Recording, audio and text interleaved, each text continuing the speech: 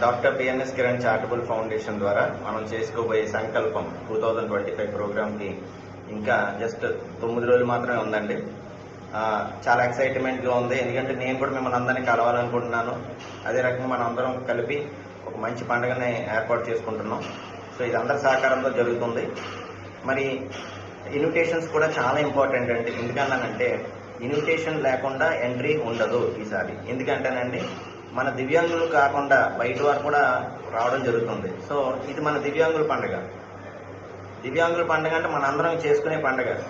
So ఆ ఇన్విటేషన్తో పాటు మీ Aadhaar card, southern certificate కూడా తీసుకురండి.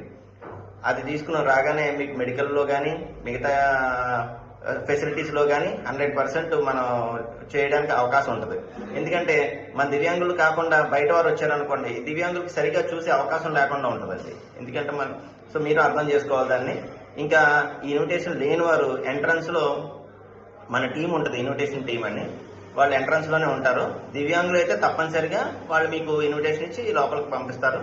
రెండోది, మీకు దివ్యాంగులు అయితే మీతో పాటు మీరు ఒక్కరే రావాలి తప్పించి సెకండ్ పర్సన్ అలౌడ్ ఉండదండి. మానసిక వికలాంగులు అయితే తల్లి కానీ తండ్రి కానీ రావచ్చు, ఇబ్బంది లేదు. కానీ దివ్యాంగులు మాత్రం ఒక పర్సనే రావాలి. సో అది నోట్ చేసుకోండి. ఎందుకంటే మన ఇది దివ్యాంగుల పండగ. ఎందుకంటే ఇప్పుడు వచ్చి ఎంతమంది వస్తే అంతమంది కూడా మనం మంచి సౌకర్యాలు ఏర్పాటు చేసుకోవాలి.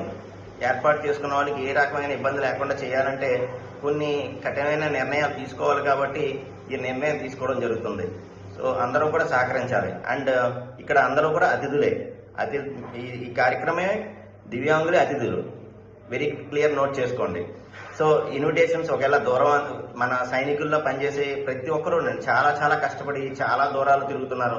చాలా బాగా ఇన్విటేషన్స్ ఇవ్వడం జరుగుతుంది. కానీ ఎక్కడన్నా లోటుపాట్లు వస్తే అది మన దివ్యాంగులే అని అనుకుని సర్ది చెప్పుకుని ఏమనుకోకుండా మీరు మంచి హృదయంతో తప్పనిసరిగా మన సంకల్పం ప్రోగ్రాంకి రండి. సంకల్పం ప్రోగ్రాం అంటే ఇది అందరి ప్రోగ్రాం. అది నా ప్రోగ్రాము, ఇంకొకరి ప్రోగ్రాం కాదు. ప్రతి ఒక్కళ్ళు దివ్యాంగులు అన్న వాళ్ళందరూ కూడా అతిథులే.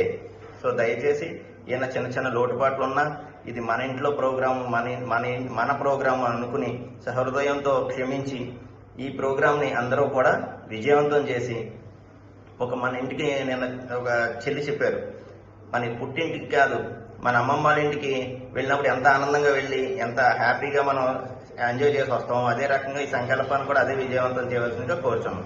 థ్యాంక్ యూ అండి. మళ్ళీ సూన్ వేరే వీడియో కూడా నేను రిలీజ్ చేస్తాను ఇంకా మోర్ ఇన్ఫర్మేషన్తో. థ్యాంక్ యూ అండి.